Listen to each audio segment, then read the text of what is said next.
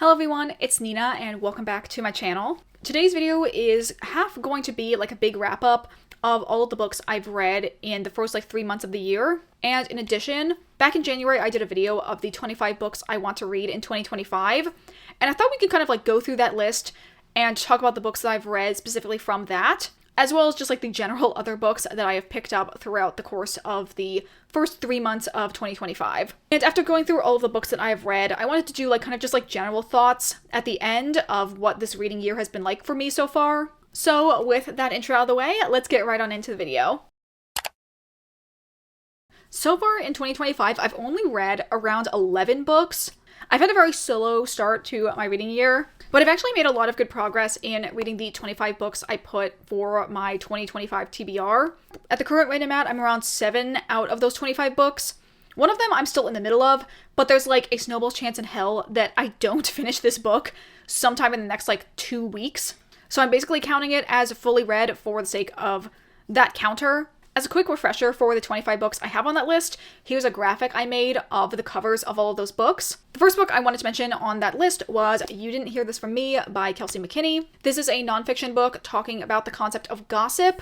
Kelsey McKinney was the original host for the podcast Normal Gossip, and because me and my wife both really like that podcast, we decided to get her nonfiction book when it was coming out. I ended up rating this book 3.5 stars. It was a very anticipated book for me, but I feel like was maybe a little bit of a letdown. I think that Kelsey McKinney is a great writer, and there was a ton in this book that I really did like and found insightful. But then some of the chapters made me really think, is this really about gossip? And honestly, maybe made me realize by the end that I actually don't care about gossip as a topic as much as I thought I would. So if you're really interested in the topic, it's definitely a book you probably will enjoy. But I guess I just kind of learned about myself that while I do really enjoy the podcast Normal Gossip and the storytelling elements of gossip that are brought out through the podcast, learning about it as a nonfiction topic was just something that actually didn't pique my interest as much as I thought it would. Next book from my 25 books to read list was Blood and Honey by Shelley Mahurin. This is a YA enemies to lovers witch x witch hunter fantasy romance that is also the second in the Serpent and Dove trilogy. This book I gave 4 stars. The first half of the book I felt was a little bit meandering, and I didn't really like some of the plot points where the main couple were separate from each other. And also their reunion, I felt was honestly so abrupt. I thought I had missed a chapter somewhere. I did really enjoy the main male character, Raid's storyline, kind of him grappling with some of the internal hatred he has for witches. But I felt that Lou's storyline was a little bit confusing, and why it needed to be that Lou was kind of getting changed by her magic and being corrupted by it. It felt like it overall kind of muddled the message of the story. I did really enjoy the second half of this book, specifically the last third act when they're on the hunt for Morgan in the catacombs. I feel like it really made up for some of the issues I was having earlier on in the book. So I feel like in the end it did leave on a note where I'm very excited and interested in seeing what the last book in the trilogy is going to be like. Definitely not as much of enjoyable as a read as the first book in the trilogy was, but I'm still very intrigued and interested in seeing what's going to happen in the last part. Next book that I read that was part of my 25 books to read was Dark Rise by C.S. Picot. I listened to the audiobook of this, which is narrated by Christian Coulson, who is also the narrator for one of my favorite books of all time, which is The Gentleman's Guide to Vice and Virtue. And I'm pretty sure I actually learned about the Dark Rise series because of the fact that he was also the audiobook narrator. This is a YA historical fantasy, and this first book in the series was great. I gave it 4.5 stars. I was a little hesitant for maybe the first 20%, since it was a lot of action all at once. But I feel like once we settled into kind of the flow and learning more of the background lore, which really builds up the story very well, I got a lot more into it. I feel like C.S. Picot is just such a good writer. In all of the tone and scenery that's described here, you really get this very oppressive sense of dread from the villains and how evil they are. A kind of easy summary for this book is that it's very much Lord of the Rings meets Shadowhunters. Do with that what you will. I feel like the world building is very derivative in both a positive and negative way. I feel like it's very beneficial in the way that it helps you relate emotionally to what's going on. But there are some unique takes on things and interesting twists that give the more inventive elements gravitas, which I've realized is also the same with C.S. Picot's other series. I feel like I really grew to love all of the main characters and kind of like understand them and where they're coming from. I feel like Will, our main character, is so interesting, since in the beginning he's really presented as an audience stand-in, but over the course of the book, you realize that he is very much an unreliable narrator and that he is way more like observant and knowledgeable than you think. I also really liked a lot of these side characters and some of the villain characters that we met. And I think now is a good point to transition into talking about the sequel, which was not a book on my 25 books to read, but I did end up reading Dark Air, which is the second book in the trilogy. This book I gave 5 stars. It's just iconic. I just loved the structure of everyone being on their own mission, and how every chapter it was like a new adventure of like guessing whose plotline we were going to be following. And honestly, between both Dark Rise and Dark Air, I was just completely dying in the relationship between Will and James. C.S. Picot might be like the queen of pining. Truly insane character dynamics between them. Like, I cannot describe all of the layers that are going on with them. And I was just fully like eating that shit up. If you like Captive Prince and are worried that this series being labeled as YA was going to result in the elements being too watered down, do not worry, because this series has a lot of darker elements. And a lot of the, like, what's a scene where they're not having sex, but it basically is a stand-in for them having sex? That happens multiple times throughout both of these books. And just, like, overall, I'm so excited for when the third book in the series eventually comes out. There's a lot of speculation because we don't even have, like, a title for the third book. But a lot of people believe it probably is going to come out in fall of 2025 or sometime in 2026. I really, really hope that it doesn't take too long because I'm so interested in seeing what the last book in the series is going to be like. And yeah, just overall, I really, really enjoyed the series. I have read all of the Captive Prince series by C.S. Picot, minus the, like, novella collection at the end. And I just feel like I have learned to really, really appreciate her writing style. And I'm just super excited to see what they're going to come out with next.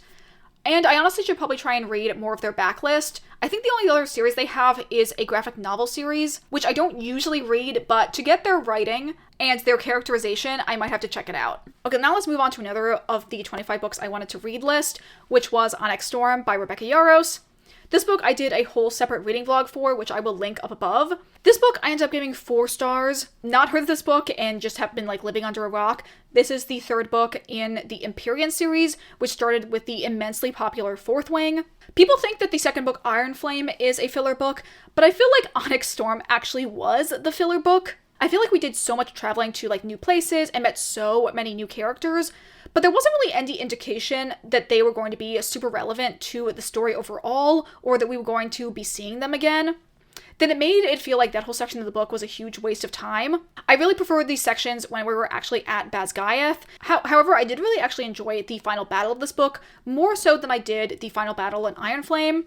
I thought it was very cool, and I really liked the elements of like switching perspective into some new characters' perspectives that we've never seen before. And having finished that book, I am very much in like hangover period of like, what am I supposed to do for the next 2 to 3 years until the next book comes out? I guess probably like reread the entire series again. So yes, enjoyed this book, but definitely was probably my least favorite of the books in this series so far. I'm going to talk really briefly about the book I'm still in the middle of that was one of the 25 books I wanted to read this year. And that is, of course, Sunrise on the Reaping by Suzanne Collins. I'm only like a fourth of the way through, but I am definitely going to be reading more of this in the next couple days and finishing it probably sometime in April. An incredibly anticipated and hyped up book, not just for me personally, but for like, I think most book nerds in general. If you have like any connection to the Hunger Games series, I feel like people knew about this book and were excited for it to come out. And so far, I am really enjoying it and all of the connections that we've seen so far to the other Hunger Games novels. I also went to the midnight release of this book, which was just a lot of fun. Overall, it was just a really fun experience. Since I didn't get to go to the midnight releases for Onyx Storm, it was really fun to have the opportunity to go to one for a book I was like really excited for. And I definitely am hoping that there will be more midnight releases for super hyped up books in the future. Now, to end off the books from my 25 books list, I'll talk about 2 books that are in the same series that I had put on my 25 books to read in 2025. And those are the first 2 books in the Tarot Sequence series, which is The Last Sun and The Hanged Man. These books are a set of queer, adult, urban fantasy romances. And I initially just put the first 2 books on my 25 books to read list because these were the only two ones I had physical copies of. However, since then I have bought a copy of the third book in the series, which I will be reading very, very shortly, because this series I love so much. I was completely obsessed while reading The Last Son. I gave this book 5 stars, and I'm going to give The Hanged Man 4.5 stars. This series is so well written. The dialogue is very funny and believable, almost with a CW flavor in the humor. I also felt like the world building is super unique in the magic system, but it does play with some more known elements like the tarot deck, as well as some concepts from D&D. So even though some elements of the story are definitely not spoon-fed to you, you can kind of use context clues to figure out what's going on so that your immersion in reading the story isn't broken up. I really, really love the main character of Rune. He's very much my type of boy. A man who was traumatized, but then uses humor as a way to hide that. I also absolutely love his relationship with his bodyguard, companion, Brand. They just have a perfect straight man, funny man type of dynamic. And it's very much are they romantic? Are they platonic? Are they a secret third thing that is kind of a combination of both of those? The answer is yes. The answer is yes to all. And I just really, really love them as characters and their relationship with one another. The second book in the series, The Hanged Man, I liked a little bit less just because it definitely was a little bit more heavy emotionally, at least from my perspective, compared to The Last Son. Definitely not as jokey and funny right off the bat, but I still thought there were some really amazing scenes in here. The series overall is very fast-paced, with a lot of action and almost a murder mystery element in the investigations that the main characters are going on. So that kind of just helped even the more intense scenes move forward and have a good momentum throughout the entirety of the book.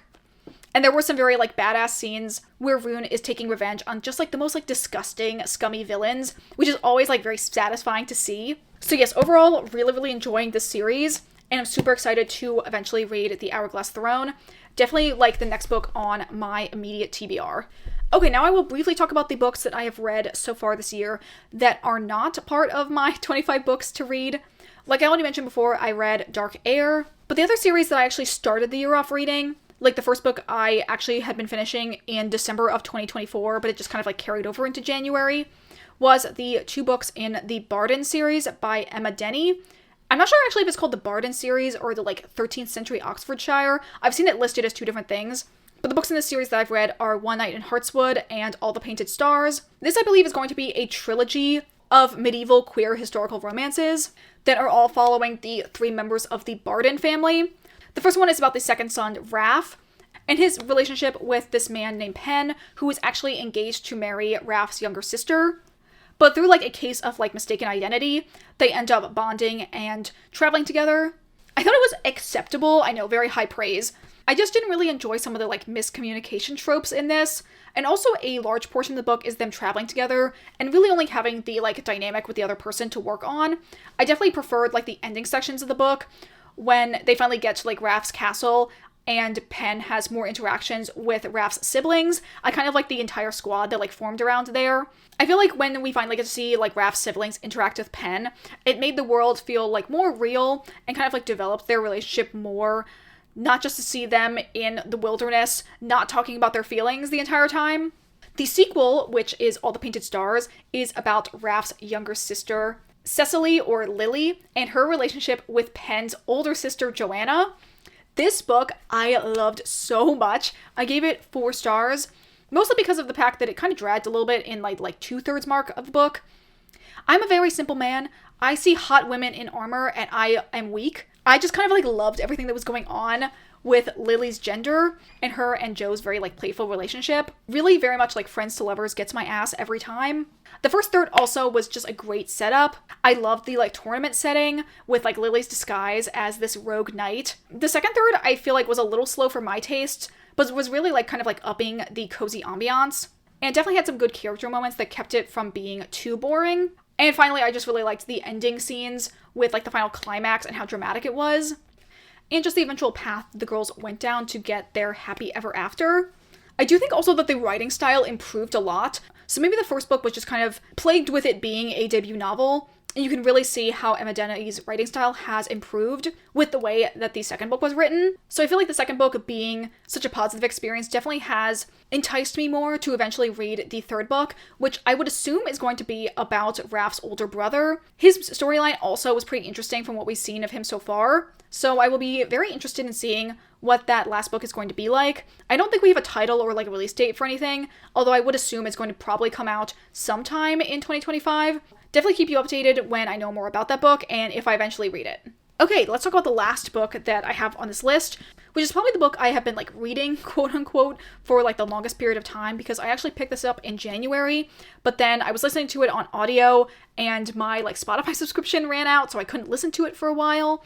And then just like other things kind of like took priority. But I did eventually buy a physical copy because I was loving it when I was originally reading it. And that is The Scottish Boy by Alex de Campi. This book is probably going to be either like a 4.5 or a 5-star. I think this book is amazing. It was such an engaging read. I feel like I read the first 2/3 of it over the course of like 2 days, which I very rarely do. And I've just been like dragging my feet now because I'm really worried of how like stressful the situation is for this last 100 pages, that I just like haven't had the time or like the emotional strength to get through this last final section of the book. But really, like, everything that I was reading was just completely top tier. The romance, like the setting, the action, the writing.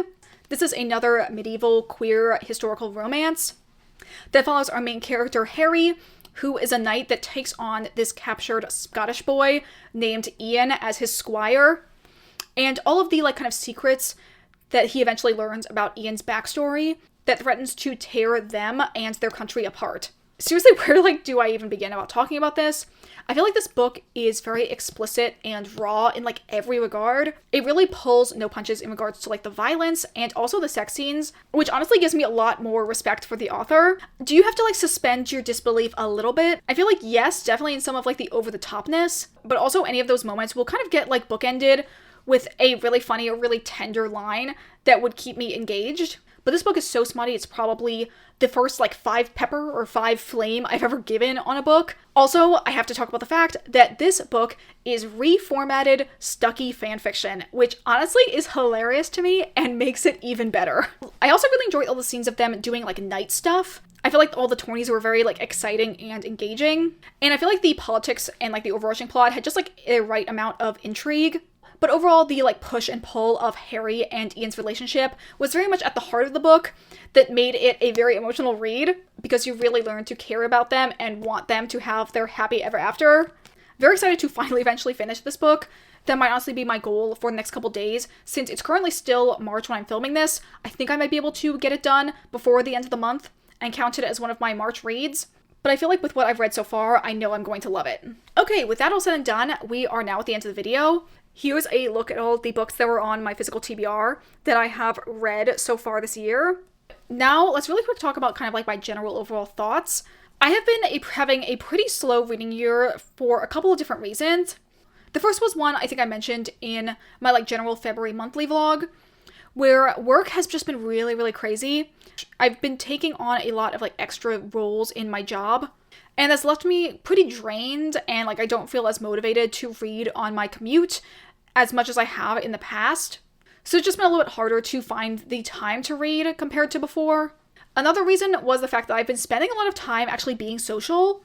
I feel like every weekend since the beginning of the year we've been doing something with our like group of friends, which I'm definitely not complaining about. But I felt like, at least in years past, January has been like kind of a time of hibernation where we don't do as much on the weekends, and thus I have more time to read for hours on end. And while I do obviously love having friends, I also am a like introvert at heart. But I felt like I was just like getting very drained between my extra stuff at work and being very social that I just like haven't had as much energy to read. And the last reason, which I'm going to put like a little disclaimer, so like trigger warning, like animal illness, that you can, if you don't want to hear, just like skip to the end. Or if you want to click off the video now, thank you guys so much for watching. But for those of you who are staying, I don't think I've mentioned this on my channel before, but our cat George has been dealing with some health issues to the point when the most recent time that we went to his like specialty vet, I was so stressed and like catastrophizing ahead of time that I was so sure they were going to tell us that he was doing so poorly that we were going to have to put him down. And that ended up not actually being the case. He actually got a surprisingly good grade in health at that appointment, but before then, at least for like 2 to 3 weeks ahead of time, worrying about him was taking up a lot of my mental energy. That again was a reason why I didn't want to read as much. But now that things have calmed down, I know that he's doing a lot better than we thought he was, and it doesn't seem like he's going to be going anywhere anytime soon. I think I am much more motivated to get back into reading again. I've also been really lucky in that some of the series that I've been reading right now has been things that have been super engaging and really fun for me to read, like in reading all of the Tarot Sequence books, as well as I obviously am now reading Sunrise on the Reaping, which is like one of my most anticipated books of the year. So I'm very motivated to read in the next couple weeks and hopefully like get back to the speed that I'm usually at. At the same time though, I'm actually pretty fine with the level of books that I've read so far, mostly because of the fact that all of the books I've read have been like 3.5 and above. I feel like this is what I wanted my year last year to be like, where it was definitely more quality over quantity. So I'm not really mad about reading less books if it means that all the books I'm reading are ones I really love. And the fact that so many of my books have been 4 stars and above, and I found quite a few 5 stars this year so far, I'm totally fine with having less books read overall. Anyway, with that all said and done, we are at the end of the video. I hope you guys enjoyed this format of wrap-up. I think because of the fact that I haven't been reading as many books, I wasn't super motivated to doing monthly wrap-ups. But if my reading rate increases for future months of the year, maybe I'll go back to doing those monthly wrap-ups. Otherwise, I'll just keep on doing collective updates like this in the future. But that is going to be it for me today. If you guys enjoyed this video, consider liking, commenting, or subscribing if you aren't already. Consider following me on the Story Graph if you'd like to see my reading updates in real time, as well as my Bookstagram, which is linked in the description. And I hope you all have a wonderful day, and I will see you all in the next video. Bye!